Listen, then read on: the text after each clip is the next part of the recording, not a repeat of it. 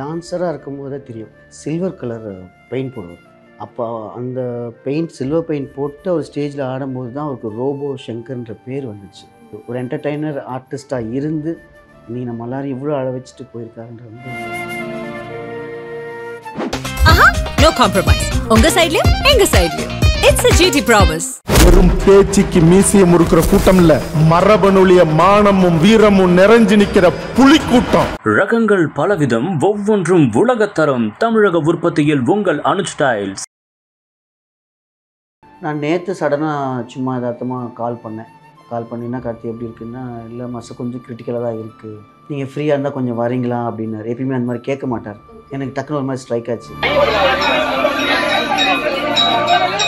பிரியங்கா அக்கா கூட வந்து பார்த்திங்கன்னா ரொம்ப சின்ன வயசுலேயே 2 பேருமே வந்து ரொம்ப பாண்டிங்கான லவ் 2 பேருக்கும். அவ்வளோ ஒரு நல்ல லவ் மேரேஜ். இப்போ நீங்கள் இதில் கூட பார்த்தீங்கன்னா விட்டு போகலன்ற மாதிரி தான் அவங்க ஃபீல் பண்ணி அழுதாங்களே தவிர விட்டு போன மாதிரியே அவங்க ஃபீல் பண்ணி. அந்த மாதிரி ஒரு மனுஷனையும் நம்ம நிறைய கமெண்ட்ஸ் வழியாகவும் இந்த மாதிரி எல்லாம் நிறைய நோவடிச்சிருக்காங்க. ஷூட்டில் இருக்கும்போது அவர் பிளட் வாமிட் பண்ணியிருக்கார். லோ பிபி ஷூட்டிங் ஸ்பாட்டில் எதுவும் நடந்திருக்கு. நம்ம ஹாஸ்பிட்டல் அட்மிட் பண்ணியிருக்கோம். கண்டிப்பாக திரும்பி வந்துடுவார் பார்க்கலான்னு சொல்லிட்டு போனேன் நாங்கள். ஆனால் நாங்கள் போனதும் இது டிக்ளேர் பண்ணுறதும் ஒரே நேரம். எனக்கு ஒன்றும் புரியல. இதுக்கு கொஞ்சம் மாதத்துக்கு முன்னாடி பயங்கர ஒரு மஞ்சக்காமனால அஃபெக்ட் ஆனார். ரொம்ப வெயிட் லாஸ் ஆகி ஏதோ வேற யாரோ ஒரு மாதிரி இருந்தார். நம்ம ரோபோ சங்கர் சார் மாதிரி இல்லை. ஸோ இப்போ அவருக்கு என்ன ஆச்சு மறுபடியும்? அந்த வெயிட்டே வந்து 120லேருந்து 45 கிலோக்கு இறங்கியிருந்தார். ஸோ அதோட ஏதோ ஒரு பார்ட் பாடியில் இப்போவும் இருந்திருக்குதுன்னு நினைக்கிறேன். இப்போ அந்த பிளட் வாமிட் எடுத்ததும் அந்த பழசோட ஏதோ இன்னும் உடம்புல இருக்குன்னு. அண்ட் வந்து இப்போதான் இந்திரஜா அவங்க சன்னுக்கு வந்து காதணி திருவிழா வந்து நடக்க போதா இருந்தது. அவங்களே சொல்லியிருந்தாங்க. பட் நான் ஆக்சுவலாக கார்த்திக்கு ஃபோன் பண்ணதே அந்த விஷயம் கேட்கதான். எங்களையும் இன்வைட் பண்ணியிருந்தாங்க. இந்திரஜாக்கு பேபி பிறந்ததுக்கப்புறம் நாங்கள் ஹாஸ்பிட்டல் போகும்போதெல்லாம் அவ்வளோ ஒரு சிரிப்பு. அவர் அப்போவும் அந்த ஒரு இந்த தமாஷெல்லாம் சொல்லி அந்த ஒரு அட்மாஸ்பியரே வேறு. அவர் இல்லாமல் அந்த வீடு எப்படி இருக்கும்னு எனக்கு சத்தியமாக எனக்கு. வணக்கம் சார். வணக்கம். எப்படி இந்த கான்வர்சேஷன் ஸ்டார்ட் பண்ணுறதுன்னு தெரியல. நம்ம இப்போ ரீசெண்டாக இன்டர்வியூ பண்ணியிருந்தோம். ரொம்ப ஒரு ஹாப்பியான ஒரு மூமெண்ட்டாக இருந்தது. பட் இப்போ வந்து ரோபோ சங்கர் சார் நம்ம கூட இல்லை அப்படிங்கிறத சுத்தமாக நம்பவே முடியல. ஏன்னா முந்தானேத்திக்கு வரைக்கும் ரொம்ப சிரிச்ச மாதிரியான வீடியோஸ்லாம் வந்து நம்ம பார்த்தோம். பட் ஆல் ஆஃப் அ சடனாக அவர் திடீர்னு இல்லைன்னு அதை கேட்கும் போது ரொம்ப ஒரு வருத்தமாக இருக்குது. வெளியிலேருந்து பார்க்குற எங்களுக்கே. நீங்கள் அவங்க கூட ஃப்ரெண்டாக பழகிருக்கீங்க, ஒரு ஃபேமிலியாக இருந்திருக்கீங்க. ஸோ இந்த ஒரு தாக்கம் உங்களுக்கு எப்படி இருக்குது? ரோபோ சங்கர் அண்ணாவே எனக்கு ரொம்ப நீண்ட வருஷம் பழக்கம் கிடையாது. ஸ்பெசிஃபிக்காக சொல்லப்போனால் மிஸ்டர் அண்ட் மிஸ்ஸஸ் சின்னத்திரையில் கார்த்திக் இந்திரஜா எங்களுக்கு ஃப்ரெண்ட் ஆகிட்டாங்க. அது அப்படியே ஒரு ஃபேமிலியாக மாறியாச்சு. அவங்க ஃபேமிலியில் என்ன ஒரு ஃபங்க்ஷன் இருந்தாலும் ஒரு கெட் டுகெதர் இருந்தாலும் எல்லாம் எங்களை கூப்பிட ஆரம்பித்தாங்க. அப்போ தான் சங்கர் அண்ணாவே எனக்கு ரொம்ப க்ளோஸாக தெரியும். அதுக்கு முன்னாடி டிவியில் நல்ல ஒரு ஆர்டிஸ்ட், நல்லா சிரிக்க வைக்கிற ஒரு கேரக்டர். ஏதாவது அவார்ட் ஃபங்க்ஷனில் போனால் எல்லாரையும் சிரிக்க வைக்கும். நல்லா ஆடியன்ஸை கையில் எடுக்கக்கூடிய ஒரு கலைஞன் அப்படி தான் எனக்கு தெரியும். பட் ரொம்ப க்ளோஸாக பழகினது இருந்து தான் அவர் இவ்வளோ பர்சனலி கூட இவ்வளோ நல்ல ஒரு பர்சனாலிட்டி கூடிய ஒருத்தர் அப்படின்னு தெரிய வந்தது. அந்த பாசம், அந்த பார்த்த உடனே கட்டி பிடிச்சி நம்மக்கிட்ட பேசுகிறது, அதெல்லாம் வந்து ரொம்ப பெரிய விஷயம். ரொம்ப மெயினாக ரொம்ப ஹெல்பிங் மென்டாலிட்டி. அப்புறம் இப்போ அவருக்கு பேரன் வந்திருக்காங்க, அதுக்கான சந்தோஷம். இந்திரஜாக்கு பேபி பிறந்ததுக்கப்புறம் நாங்கள் ஹாஸ்பிட்டல் போகும்போதெல்லாம் அவ்வளோ ஒரு சிரிப்பு. அவர் அப்போவும் அந்த தமாஷெல்லாம் சொல்லி அந்த ஒரு அட்மாஸ்பியரே வேறு. அவர் இல்லாமல் அந்த வீடு எப்படி இருக்கும்னு எனக்கு சத்தியமாக எனக்கு சொல்ல தெரியல. பரபரப்பாக இருக்கும். அவர் கூட ஒரு 4 பேர் இருப்பாங்க.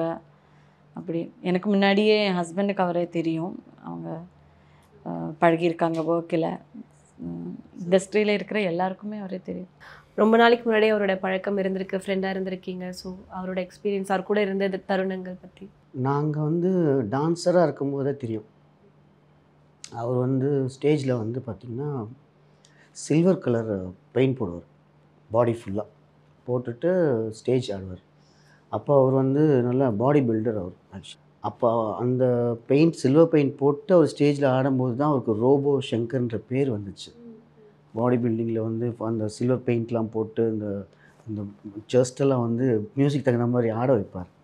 அங்கேருந்து அவரோட ட்ராவல் ஸ்டார்ட் ஆகி இன்றைக்கி கமல்ஹாசன் சார் வந்து வீட்டுக்கு வர வரைக்கும் அவர் இன்றைக்கி இவ்வளோ மக்களை சம்பாதிச்சிருக்காருன்னா அது வந்து மிகப்பெரிய ஒரு விஷயம் அது. ஆக்சுவலாக உண்மையாக சொல்லணுன்னா அது ரொம்ப கஷ்டம். அந்த பிளாட்ஃபார்ம் உருவாக்கி ஒருத்தங்க என்ன சொல்கிறதுனா அப்படி ஒரு ஸ்டேஜில் ஆரம்பித்து மக்களை எந்த அளவுக்கு ஒரு என்டர்டெய்னர் ஆர்டிஸ்ட்டாக இருந்து இன்றைக்கி நம்ம எல்லோரும் இவ்வளோ அழ வச்சுட்டு போயிருக்காருன்றது வந்து எவ்வளோத்துக்கு எவ்வளோ நம்மளை சிரிக்க வச்சுருக்காரோ அவ்வளோத்துக்கு அவ்வளோ இப்போது அழ வச்சுட்டு இருக்காங்க இல்லையா? எல்லாருக்குமே வந்து நம்ம ஒரு ஸ்டேஜ் இப்போது ரோபோ சங்கர்ன்ற ஒரு ஹியூமனே நம்மளுக்கு எல்லாருக்கும் எப்போ தெரியும்? அவர் ஒரு பெரிய ஒரு லெவலுக்கு வந்ததுக்கப்புறம் தான். ஆனால் அவர் எவ்வளோ ஸ்ட்ரகிள்ஸ் தாண்டி இந்த இடத்துக்கு வந்திருக்குன்றது எல்லோரும் மறந்துடும்.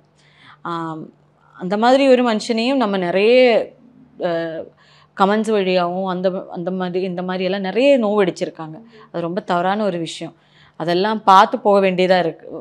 ஒரு நிலைமையில் வந்துருச்சு அண்ணா. பட் இருந்தாலும் ஃபேமிலின்றது இந்திரஜா பாப்பா ரொம்ப சின்ன வயசுலேயே கல்யாணம் ஆகி அவரோட பேரனை வரையும் கையில் எடுத்து கொஞ்சிற ஒரு பிளஸ்ஸிங்கும் அது கிடச்சிருக்கு.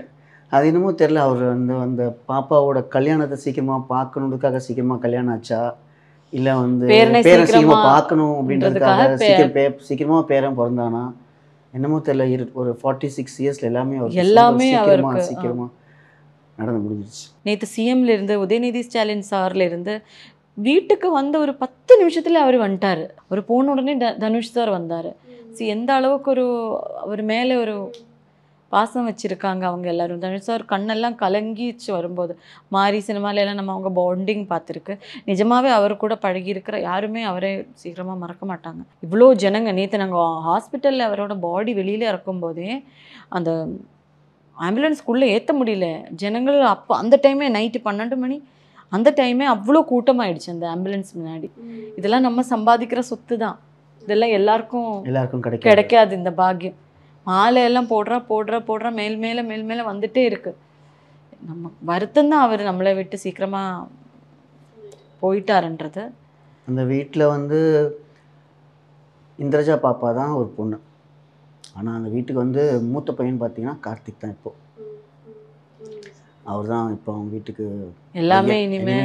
எல்லாமே கார்த்திக் தான். கார்த்திக்னால தான் ஆக்சுவலி ரோபோ சங்கர் அண்ணாவை நாங்கள் இவ்வளோ க்ளோஸாக பழகினது. ஏன்னா கார்த்திக் எங்களுக்கு தம்பி மாதிரி தான். அவருக்கு அந்த மாதிரி ஒரு மருமகன் வரணும்னு இருந்ததுன்னா தங்கமான ஒரு பையன். அந்த ஃபேமிலி இனிமேல் மருமகன் தான் சொன்னேன். மருமகன் சொல்கிறத பையன் மகன் அந்த வீட்டுக்கு இப்போ இனிமே அவர் தான் வந்து முன்னாடியும் அவர் தான் இனிமேலும் அவர் தான் வந்து அவங்க ஃபேமிலிக்கும் அவங்க என்ன சொல்கிறது ஒய்ஃபுக்கும் பொண்ணுக்கும் எல்லாருக்குமே இதுவும் இந்த ஒரு கஷ்டம் இதெல்லாம் தாண்டி சீக்கிரமாக வெளியில் வரணும்னு நாங்கள் வேண்டிக்கிறோம். இதுவும் கடந்து போகும் இல்லையா அந்த ஒரு ஃபேஸ். ஏன்னா எங்கள் அக்கா கூட வந்து பார்த்திங்கன்னா ரொம்ப சின்ன வயசுலேயே 2 பேருமே வந்து ரொம்ப பாண்டிங்கான லவ் 2 பேருக்கும். அவ்வளோ ஒரு நல்ல லவ் மேரேஜ். இப்போ நீங்கள் இதில் கூட பார்த்தீங்கன்னா விட்டு போகலன்ற மாதிரி தான் அவங்க ஃபீல் பண்ணி அழுதாங்களே தவிர விட்டு போன மாதிரி அவங்க ஃபீல் பண்ணலை. பேசிக்கிட்டே இருக்காங்க இன்னும். அவர்கிட்ட பாருங்க யார் வந்திருக்குன்னு பாருங்க, சங்கர் எழுந்திரிச்சு பாருங்க யார் வந்திருக்குன்னு, உன்னை பார்க்க அவங்க வந்திருக்காங்க இவங்க வந்திருக்காங்க அப்படின்னு சொல்லி பார்க்கும்போது ரொம்ப மனசு கஷ்டமாக இருக்குது. எத்தனை வருஷம் உங்களுக்கும் சாருக்கும் பழக்கம் இருக்கும் சார்? நாங்கள் ஒரு எப்படி பார்த்தாலும் ஒரு 10 இயர்ஸ் இருக்கும். 10 இயர்ஸ் முன்னாடியே ரொம்ப பழக்கம். இந்த நடுவில் கொஞ்சம் கேப் ஆகிடுச்சு. நான் கொஞ்சம் இந்த டைரக்ஷன் ஃபீல்டுக்கு வந்ததுக்கப்புறமா கொஞ்சம் கேப் ஆகிடுச்சு. அதுக்கப்புறமா காஞ்சனாவில் ஒர்க் பண்ணணும் அப்படின்றதுக்காக இப்போ நான் ரீசெண்டாக ஒரு 6 மந்த்ஸ் பேக் அவர்கிட்ட பேசியிருந்தேன். அதுக்கப்புறமா ஏதோ ஷெட்யூல்ஸ்னால அது பண்ண முடியாமல் போச்சு. அப்போ மறுபடியும் க்ளோஸ் ஆனோம். அதுக்கப்புறம் இது மிஸ்டர் மிஸ்ஸஸ் சின்ன திரையில் அவங்க எலிமினேட் ஆகிறதுக்கு முன்னாடி அந்த இந்திரஜா பாப்பாவுக்கு வந்து சீமந்தம் ஃபங்க்ஷன் பண்ணாங்க. அந்த சீமந்தம் ஃபங்க்ஷன் மறுபடியும் ரீஎன்ட்ரி ஆகுறீங்க ஆனதுக்கப்புறம் மறுபடியும் நான் மீட் பண்ணி பேச ஆரம்பிச்சது. மறுபடியும் ரொம்ப க்ளோஸ் ஆகி வீட்டுக்கெல்லாம் போக பழகி அப்புறம் அண்ணா அக்கா அண்ணி அப்படின்னு ரொம்ப ரொம்ப பழகி இப்போது இன்றைக்கி அந்த சுச்சுவேஷனை பார்க்க முடியல.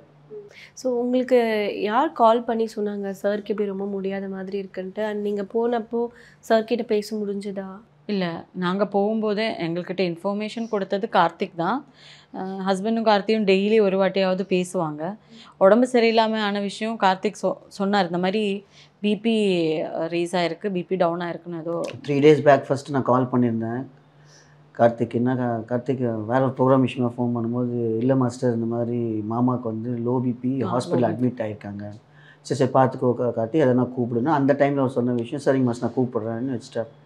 நான் நேற்று சடனாக சும்மா யதார்த்தமாக கால் பண்ணினா கார்த்தி எப்படி இருக்குன்னா, இல்லை மாஸ்டர் கொஞ்சம் கிரிட்டிக்கலாக தான் இருக்குது. அப்போ நாங்கள் 2 பேரும் ஒன்றா தான் இருந்தோம் பேசிகிட்டு இருக்கும்போது. அப்போது இல்லை அப்போ நான் வரட்டுமா கிளம்பி வரட்டுமா, நீங்கள் ஃப்ரீயாக இருந்தால் கொஞ்சம் வரீங்களா அப்படின்னாரு. எப்பயுமே அந்த மாதிரி கேட்க மாட்டார். எனக்கு டக்குன்னு ஒரு மாதிரி ஸ்ட்ரைக் ஆச்சு. கார்த்திக் எப்பயுமே அந்த மாதிரி பேச மாட்டார். ஏன்னா ஒரு மாதிரி பேசினார். வாங்க ஃபஸ்ட் நம்ம கிளம்பி போகலான்னு சொல்லிட்டு நானும் மீராவும் கிளம்பி நாங்கள் ஒரு 8 மணிக்கு ஒயமாரில் ஜெம் ஹாஸ்பிட்டலில் தான் இருந்தார்.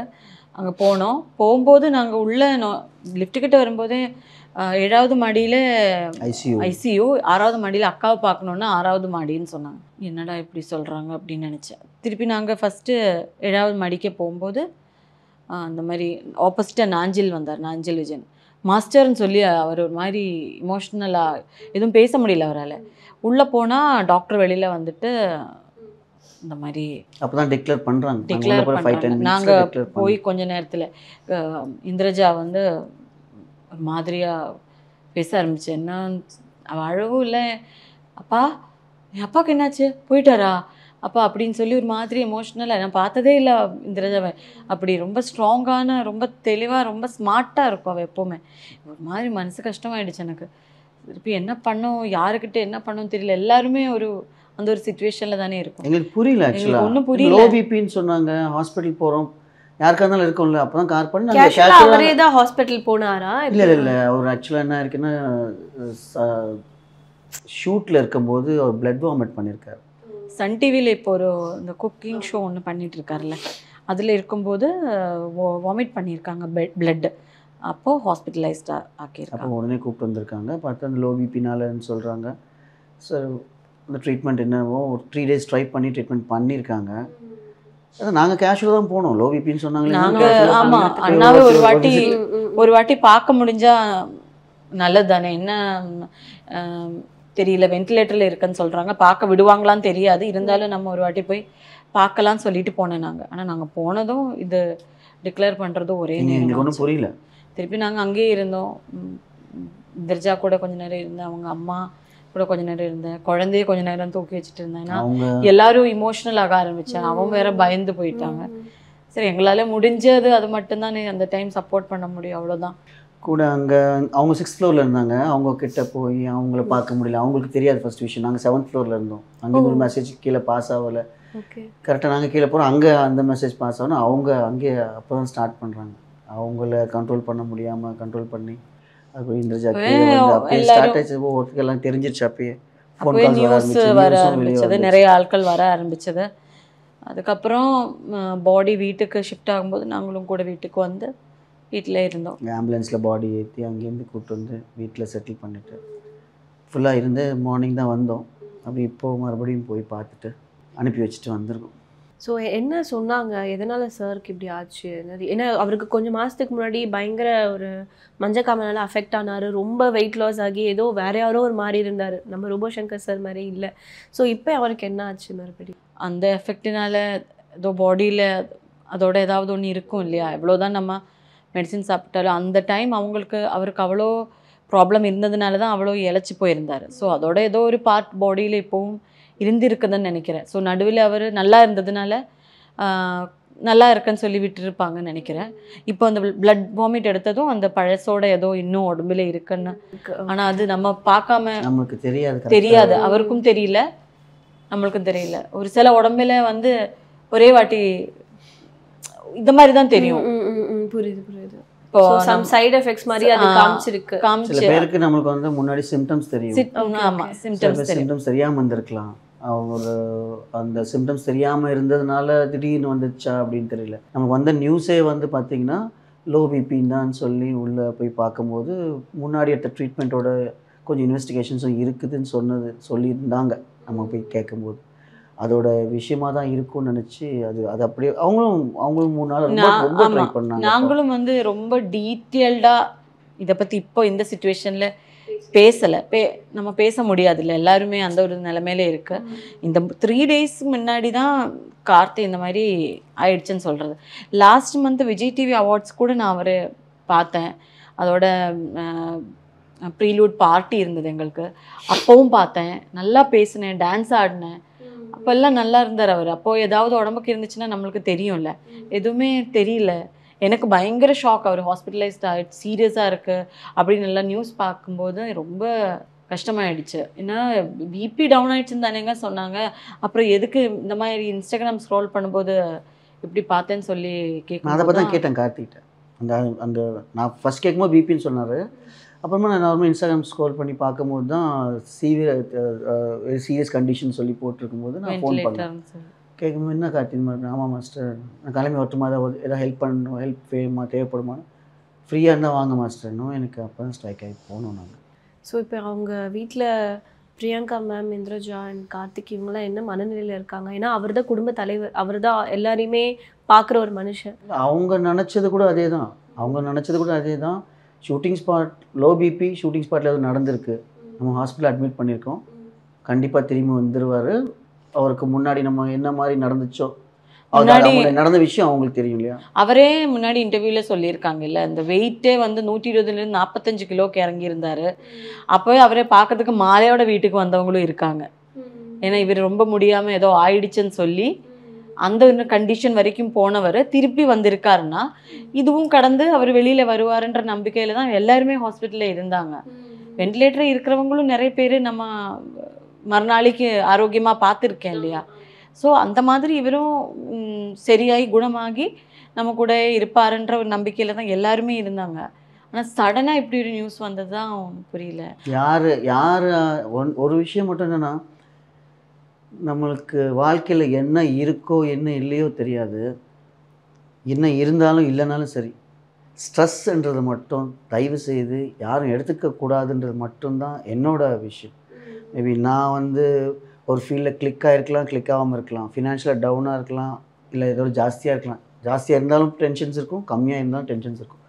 பட் ஸ்ட்ரெஸ்ன்றது எடுத்துக்கிட்டாலும் சரி, நம்ம நிறைய பேர் சொல்லுவாங்க, நிறைய பேர் பேசுவாங்க, அவருக்கு அந்த ஹேபிட் இருக்குது, இதனால் எப்படி ஆச்சு, அது அவங்கவுங்களோட பர்சனல்ஸ். யாருக்கும் எந்த ஹேபிட்டும் இல்லாத ஆளே கிடையாது. அப்படி ஹேபிட்டே இல்லைன்னா அவங்க கடவுள், மனுஷன் கிடையாது, அவங்க கடவுள் ஆகிடுவாங்க. அவங்க அந்த மாதிரி ஹேபிட் எல்லாருக்குமே இருக்கும். பட் ஆனால் அதை தாண்டி எந்த ஹேபிட்டுமே இல்லாமல் ஸ்ட்ரெஸ்ஸுன்ற ஒரு ஹேபிட் எடுத்தால் கூட நம்மளோட உடம்புல இருக்க ஆர்கன்ஸ் டெஃபினட்டாக டேமேஜ் ஆகிறதுக்கான வாய்ப்பு நிறைய இருக்குது. எனக்கு தெரிஞ்ச வரைக்கும் நான் பார்த்த டாக்டர்ஸ், நான் பார்த்து சார் இவ்வளோதான் சார். ஏன்னா ஏன் சொல்கிறாங்க, நம்ம ஹாஸ்பிட்டல் போனால் தைரியமாக இருங்கன்னு சொல்கிற விஷயம் அதுதான். நேற்று ஒருத்தங்க இருந்தாங்க, இன்றைக்கி ஒருத்தங்க இல்லை, அவ்வளோதானே, அவ்வளோதான், முடிஞ்சு போச்சு. இல்லை, நம்மளுக்கு என்ன இருக்குமோ அது இருக்கும், அவ்வளோதான் விஷயம். அதுக்கு ரொம்ப ஸ்ட்ரெஸ் எடுத்துகிட்டு ரொம்ப நானே நிறைய திங்க் பண்ணால் கூட இங்கே ஒரு மண்டையில் ஒரு வலி வலிக்கும், எல்லாருக்குமே வலிக்கும், நம்ம சொல்லிக்க மாட்டோம். உடனே போய் ஒரு டோலோ 650 இல்லை வேறு ஏதோ டேப்லெட் ஒன்று போட்டுட்டு இல்லை ஸ்லீப்பிங் டோஸோ ஏதோ போட்டு தூங்கிடுவோம் நம்ம. அதுவே எல்லாமே தப்பு தான். ஸோ ஸ்ட்ரெஸ் எடுக்காமல் இருந்தாலே எந்த ஹேபிட் இல்லைனாலும் நம்ம உடம்பு வந்து நல்லாயிருக்கும். முன்னாடியெல்லாம் நம்ம சொல்லுவாங்க, நம்ம என்ன பெரியவங்களாக இருந்தால் நம்மளாக இருந்தால் சொல்லுவாங்க, அவங்க சின்ன வயசு, அவங்களுக்கு என்ன வரப்போகுது, நல்லா தான் இருப்பாங்க அப்படின்னு. இப்போ இந்த ஜென்ரேஷன் என்ன சொல்கிறாங்க தெரியுமா, 25 வயசுலேயே எவ்வளோ ஹெல்த்தியாக இருக்காங்க. ஏன்னா சின்ன வயசில் அவங்க அப்படி இருந்திருக்காங்க, மெடிசின் போடாத வெஜிடபிள்ஸ் சாப்பிட்ருக்காங்க, நிறைய மெடிசின்ஸ் எடுக்கலை, எந்த கெட்ட பழக்கமும் இல்லை, நல்லா வாக் போயிருக்குன்றது இந்த ஜென்ரேஷன் சொல்கிறோம். ஏன்னா அந்த டைம் வரைக்கும் நம்ம உடம்பில் அவ்வளோ தெம்பு இருக்காது. 60 இயர்ஸ் நம்ம ஜெனரேஷன் எல்லாம் 60 இயர்ஸ் தாண்டி ஹெல்த்தியாக இருந்தால் பெரிய விஷயம், பெரிய பிளஸிங் நம்மளுக்கு அது இல்லையா? இப்போ எல்லாம் 30 வயசானாலே சுகரா, டயபெட்டிக்கா அப்படின்னு இருக்கும். 20 வயசான ஹார்ட் அட்டாக்ல இருந்துச்சுன்னு சொல்கிறாங்க. ஏன்னா ஸ்ட்ரெஸ்ஸு, தேவையில்லாத சில விஷயங்களுக்குள்ளே போகிறது, சோஷியல் மீடியா வந்து நல்ல விஷயங்களும் பண்ணுறாங்க, எல்லா விஷயமும் பண்ணுறாங்க. நம்ம எல்லாமே சோஷியல் மீடியாவிலேயும் மீடியாவிலே இருக்கிறவங்க தான், இதெல்லாம் தான் நடக்குது. ஸோ நம்மளே பார்த்துக்கணும், இன்னொருத்தவங்க நம்மளாலே பிரச்சனை வரக்கூடாது, எல்லோரும் நல்லா இருக்கணும், உடம்பு பார்த்துக்கணும், அவ்வளோதான் சொல்லுவாங்க. அண்ட் வந்து இப்போ தான் இந்திரஜா அவங்க சன்னுக்கு வந்து காதணி திருவிழா வந்து நடக்க போததாக இருந்தது, அவங்களே சொல்லியிருந்தாங்க. பட் அந்த நேரத்தில் இந்த மாதிரி சுச்சுவேஷன் வரப்போ இப்போ அது ரொம்பவே வைரலாக அந்த ஒரு இன்விடேஷன் இப்போ ரொம்ப வைரல் ஆகிட்டு இருக்குன்னு நான் ஆக்சுவலாக கார்த்திக்கு ஃபோன் பண்ணதே அந்த விஷயம் கேட்குதான். எங்களையும் இன்வைட் பண்ணியிருந்தாங்க. நம்ம எப்படி போக போகிறோம் என்ன பண்ண போகிறோம் கேட்க ஃபோன் பண்ணும்போது தான் அவர் சொன்னார் இந்த மாதிரி பிபின்னு சொல்லிட்டு, லோ பிபின்னு சொல்லிட்டு. அதுக்கப்புறமா நான் கொஞ்சம் டவுட்டாக தான் இருக்கும். ஐ மீன் இப்போ நடக்குமான்னு தெரியாத போது நேற்று ஃபோன் பண்ணி கேட்கும்போது இந்த மாதிரி ஆச்சு. இல்லை நாங்கள் என்ன நினச்சேன்னா உடம்பு முடியாமல் இருக்காரு, ஸோ இது மேபி போஸ்ட்போன் பண்ணிடுவாங்க அப்படின்னு சொல்லி நாங்கள் பேசிகிட்டு இருந்தோம். ஸோ அண்ணாவுக்கு இப்போ அதுக்கப்புறம் கொஞ்சம் சீரியஸாக இருக்குன்றதுனால தான் நாங்கள் ஹாஸ்பிட்டல் வரைக்கும் போனோம். ஆனால் நிஜமாக சொல்கிற வீட்டிலேருந்து கிளம்புற வரைக்கும் இது இப்படி ஒரு நியூஸ் கேட்டு நாங்கள் திரும்பி வரோம்னு எங்களுக்கு சத்தியமாக தெரியல. யூஸ்வலாக வந்து ஏஜ் இஸ் ஜஸ்ட் நம்பர்னு சொல்லுவாங்க. அதாவது நல்லா இருக்கும்போது நல்லா இருந்து ஏஜ் ஜாஸ்தியாக இருக்கும்போது என்ன சொல்லுவாங்கன்னா உங்களுக்கு அவ்வளோ வயசாக தெரியலையே அப்படின்றது ஒரு பக்கம். இன்னைக்கு இவரை அதே அப்படியே ரிவர்ஸ் பார்க்கும்போது இவரை பார்த்தா டெத்துன்றது ஏஜ் இஸ் ஜஸ்ட் நம்பர். எந்த வயசுல வேணா எப்படி வேணா வரலாம். 46 எல்லாம் ஒரு ஏஜ் கிடையாது. ஸோ கர்மா யாரையும் விடாது. there is a good karma and bad karma. அது நம்ம கொண்டு போறது ரொம்ப கஷ்டப்பட வேணாம்னு கூட சாமி அவரே எடுத்துட்டு போயிருக்கலாம். ஏன்னா இப்ப லாஸ்ட் ஒரு 3 இயர்ஸா ரொம்ப பாவம் கஷ்டப்பட்டுட்டாரு. உடம்பு சரியில்லாம ஸ்ட்ரகிள் பண்ணாரு. ரொம்ப ஸ்ட்ரகிள் பண்ணி இப்போதான் கொஞ்சம் இந்த ஷோக்கு வந்து கொஞ்சம் வந்துட்டு இருக்காரு. இந்த ஷோல லாஸ்ட் எபிசோட் பார்த்தீங்களா வருது, நீங்க எலிமினேட் ஆயிடுச்சுன்னு சொல்லும் போது கூட அவர் நம்மள சிரிக்க வச்சுட்டு தான் போயிருக்காரு. நான் மறுபடியும் வருவேன் வயல் கார்டுலன்னு சொல்லிட்டு போனாரு. அது நம்மளுக்கு சிரிப்பு தான் வந்தது அவர் போகும்போது. அவரோட அந்த இருந்திருக்கு உள்ள அப்பயும் சிரிக்க வச்சுட்டு போயிருக்காரு. கடைசி நிமிஷம் அந்த மீடியால அந்த ஷூட் டைம்ல தான் பிளட் வாமிட் எடுத்திருக்காரு. ஓகே. ஸோ ஆனாலுமே அதை நம்மளுக்கு எதுவுமே காமிச்சிக்காம அவர் வந்து பாசிட்டிவா இருக்கணும்னு சொல்லிட்டு சிரிச்சுட்டே தான் வந்து போயிருக்காரு. இந்த இந்த என்டர்டைன்மெண்ட் ஆர்டிஸ்ட் இருக்காங்களா, காமெடி பண்ற ஆர்டிஸ்ட் பாருங்க, கடைசி நேரம் வரைக்கும் கூட நம்ம சிரிக்க வச்சுட்டு அவங்க போயிட்டு இப்போ நம்மளால வச்சுட்டு இருக்காங்க. ஸோ நீங்க அவரோட நிறைய அப்ஸ் அண்ட் டவுன்ஸ்ல நீங்க அவர் கூட இருந்திருப்பீங்க. ஸோ அவருக்கு இந்த மாதிரி உடம்பு சரியில்லாத டைமில் அண்ட் அவருக்கு வாய்ப்புகள் கம்மியாக வந்த டைம்லாம் கண்டிப்பாக நீங்கள் அவர் கூட பேசிட்டு இருந்திருப்பீங்க. ஸோ அந்த டைமில் அவர் லோவாக இருக்கும் போது அவரோட மென்டாலிட்டி எப்படி இருக்கும் அண்ட் அதுலேருந்து அவர் எப்படி ஓவர் கம்? அவர் லோவாக இருந்து நான் பார்த்ததே கிடையாது. ஓகே. அவர் லோவாக இருந்து பார்த்ததே கிடையாது. ஏன்னா அவர் வீட்டில் ஒரு நிமிஷம் உட்கார மாட்டார். வெளியில் வந்து ஏதோ ஒரு ஆஃபீஸ் போகிறது, ஒரு கம்பெனி மீட் பண்ணுறது, ஃப்ரெண்ட்ஸ் கூட மீட் பண்ணுறது, மீட்டப்பு, ஏதாவது ஒரு ப்ரோக்ராமில் வந்து என்கேஜ் பண்ணிக்க ட்ரை பண்ணிகிட்டே இருப்பார். அவர் லோவாக இருந்திருந்தாருன்னா இவருக்கு இந்த ப்ராப்ளம் இருக்குது நம்ம இப்போ இன்னும் கூட சீக்கிரம் கண்டுபிடிச்சிருக்கலாம். இது ஓன் ஷோ அவுட். ஓகே. இப்போ வந்து ரோபோ சங்கர் சாரோட ரிசம்பிளாக தான் நாங்கள் இந்திரஜாவை நம்ம பார்க்குறோம். ஏன்னா அவ்வளோ போல்டாக இருக்காங்க. ஏன்னா அவங்களுக்குமே சில நெகட்டிவ் கமெண்ட்ஸ்லாம் வந்தப்போ அவங்க அதை எவ்வளோ போல்டாக ஃபேஸ் பண்ண முடியுமா, எவ்வளோ பாசிட்டிவாக ஆக்க முடியுமா ஆக்குனாங்க. அண்ட் அவங்களோட பாடி ஷேமிங் பண்ணதாக இருக்கட்டும் அண்ட் ஆஃப்டர் மேரேஜ் அவங்களுக்கு வந்த நெகட்டிவ் கமெண்ட்ஸாக இருக்கட்டும், அது எல்லாமே நாக் அவுட் பண்ணிவிட்டு இப்போது அவங்க வந்து பயங்கரமாக எல்லாருக்குமே ஒரு இன்ஸ்பிரேஷன்னே சொல்லலாம். இதோட ஃபுல் அண்ட் ஃபுல் சப்போர்ட் வந்து அவங்க அப்பா கிட்ட இருந்து வந்திருக்கும்.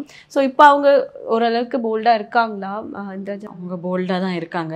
சரி, இப்போது கமெண்ட் போடுறவங்களுக்கு அவங்க எப்படி இருக்குது பர்சனலின்னு தெரியுமா? நாங்கள் அந்த ஷோ ஃபுல்லாகவே இந்திரஜாவே பார்த்துட்டு இருந்தோம். எவ்வளோ ஸ்மார்ட், பாடி வெயிட் எல்லாம் வந்து அவங்களுக்கு வெயிட்டாக தெரியாது. அது பழகுனா புரியும். எவ்வளோ கேம் ஆடினா அங்கே, எவ்வளோ ஃபாஸ்ட்டாக குவிக்காக இருக்கா, அவள் எவ்வளோ சூப்பராக டான்ஸ் ஆடுறா. அதெல்லாம் பாடியை நம்மளுக்கு ஒரு பிரச்சனையே கிடையாது. அவள் வந்து அவ்வளோ ஒரு ஏஜ்டான ஒரு பொண்ணெல்லாம் கிடையாது. நல்லா டான்ஸ் ஆடும், நல்லா ஹெல்த்தியான பாடி அவளுக்கு. கொஞ்சம் உடம்பு இருக்கிறது பாடி ஷேமிங் பண்ண வேண்டிய அவசியம் கிடையாது. இந்திரஜா பண்ணுற பல விஷயமும் இந்த பாடி ஷேமிங் பண்ணுற பல பேரும் பண்ண மாட்டாங்க. அந்த அளவுக்கு ஸ்மார்ட்டாக இருக்குது, அந்த அளவுக்கு இன்டெலிஜென்ட்டாக இருக்காங்க, அந்த அளவுக்கு சப்போர்ட்டிங்கான ஒரு ஃபேமிலி, ஒரு ஹஸ்பண்ட் இருக்குது அவளுக்கு. இப்போ அப்பா தவறிட்டாரு, நம்மளுக்கு அது திருப்பி கொண்டு வர முடியாது. ஆனால் அப்பா இடத்துல இருந்து இனிமேல் அவளை பார்க்குறதுக்கு அவளோட ஹஸ்பண்ட் இருக்காரு. அண்ணா அக்கான்ற ஸ்தானத்தில் எங்களை மாதிரி எத்தனையோ பேர் இருக்காங்க சப்போர்ட். எங்களை ரொம்ப பிடிக்கும் அவங்களுக்கு. ஆக்சுவலி அந்த ஷோவில் வந்து நான் ஃபர்ஸ்ட் இந்திரஜா ஷோவில் பார்க்கும்போது யார் இந்த பொண்ணு, எனக்கு அவங்க அப்பாவை தெரியும். அவங்க அப்பா தெரியும், பழகினது கிடையாது. ஃபர்ஸ்ட் இந்திரஜா பார்த்தது விஜய் சாரோட நம்ம மெர்சல் மூவியா பிகில் தானே. அந்த அப்போதான் பார்த்து நல்லா தெரியும் யார் இந்த பொண்ணு ஓவரா பண்ணு அப்படிதான் நினைச்சேன். சீரியஸா ஃபர்ஸ்ட் எலிமினேஷன் ஆகும்போது தேம்பி அழுத ஒரே ஆள் நான் தான் அந்த இடத்துல. அந்த அளவுக்கு அதான் சொன்னேன், பழகினாதான் புரியும் நம்ம எப்படி பழகுறோம், அவங்க எப்படி பழகுறாங்க அப்படின்றது அங்கே பழகின வச்சு தான் தெரியும். ஃபர்ஸ்ட் அந்த பொண்ணை நானும் அப்படிதான் நினைச்சேன். அதனால தான் எப்பயுமே என்னை பொறுத்த வரைக்கும் மேலே ஒருத்தவங்களை பார்த்து கீழே என்ன கமெண்ட்ஸ் போட்டிருக்காங்கன்னு பார்க்கறத விட நம்ம எப்படி அவங்ககிட்ட பழகிருக்கோம், அவங்க நம்ம எப்படிகிட்ட பழகிருக்காங்கன்ற அந்த ரெஸ்பெக்ட் தான் நம்மளுக்கு எப்பயுமே கடைசி இருக்கும். அவரை வந்து நம்மளால் கண்ணால் பார்க்க முடியலனாலுமே அவரோட ப்ரெசன்ஸ் நம்மளை சுற்றி இருந்துக்கிட்டே இருக்கும். அவரோட பாசிட்டிவிட்டி நம்ம எல்லாருக்குமே கொடுத்துக்கிட்டே இருப்பார். Thank you so much for thank you. ஆஹா, நோ காம்ப்ரமைஸ். உங்க சைடுலயும் எங்க சைடுலயும். It's a GT promise. வெறும் பேச்சுக்கு மீசைய முறுக்கிற கூட்டம் இல்ல, மரபணுலிய மானமும் வீரமும் நிறைஞ்சு நிக்கிற புலி கூட்டம். ரகங்கள் பலவிதம், ஒவ்வொன்றும் உலகத்தரம். தமிழக உற்பத்தியில் உங்கள் அனுஜ் டைல்ஸ்.